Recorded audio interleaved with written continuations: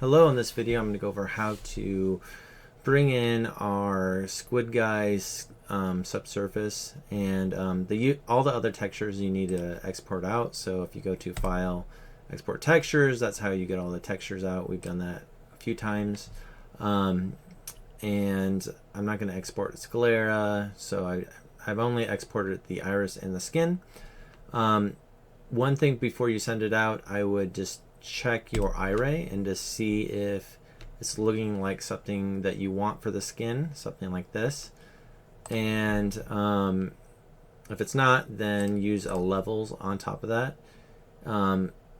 What I didn't show you last week is I inverted the thickness mask. So if I go to mask,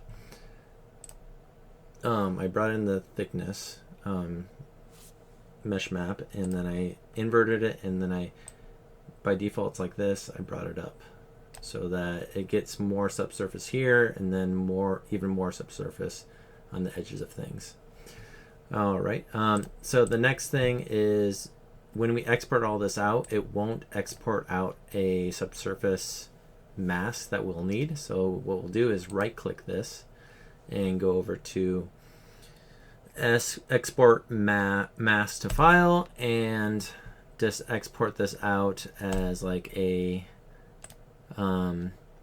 PNG or whatever. So PNG, TIFF, or Targa usually pretty good. So I'll just do, I did everything in PNG, I believe. So I'll keep to that. And I just put SSS mask at the end of my name and hit save. I did this before, so now go up to Maya, and I'll show you kind of what it should look like. So by the end, it should be something similar to this, where it's nice and fleshy looking. You can see the light bleeding through. This is what should come out without it.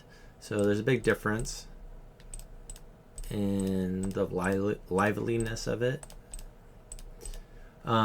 So if we go over here, please watch the videos if you need to use the Substance plugins that are in my previous videos. So I won't go over that because we already did that.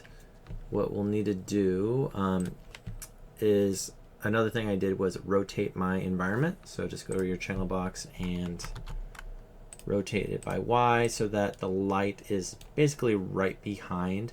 That way you can diagnose the subsurface a little bit better. It's like a light hitting the back of the ear.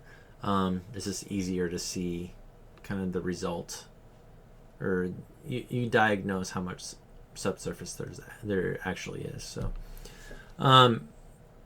So let's select our guy, go to our material.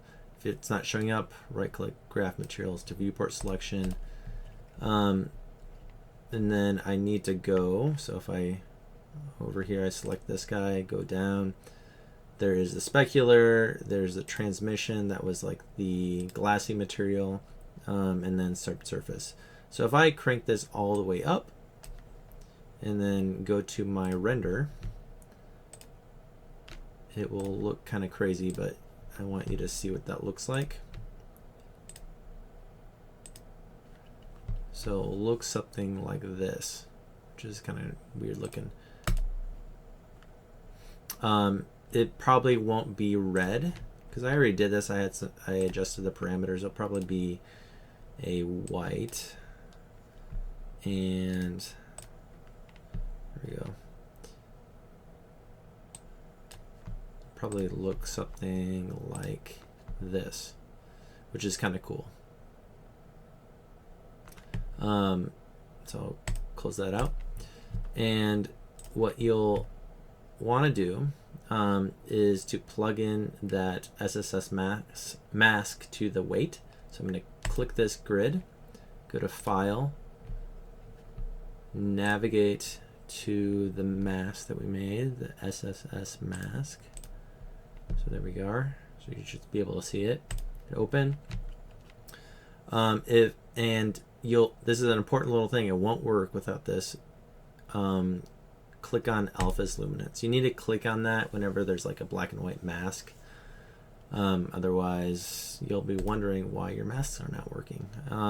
So click that, and the next thing we'll need to do is we want to put in our subsurface color into, we want our base color to go into there. So I usually just go over here, so I find the base color, so squid high skin base color PNG, and then there's this multiply divide node, and then I'm just drag that into subsurface color over here.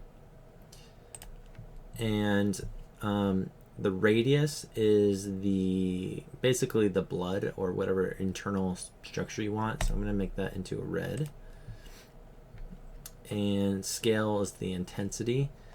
So this subsurface is reliant on the scene or scale of your scene. So it's if you have something, if your scene is really small, then the effect will be really strong. Just so be aware of that. Or if you have a really large scene, then it might be minimal. It will be hard to see the result. So now if I go down and see what this is.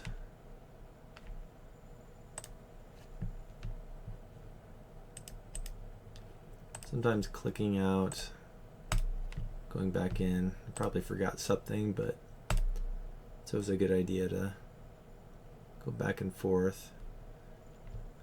There it is. And there we are. So I have a little subsurface going on in there. All right, I'll see you in the next video.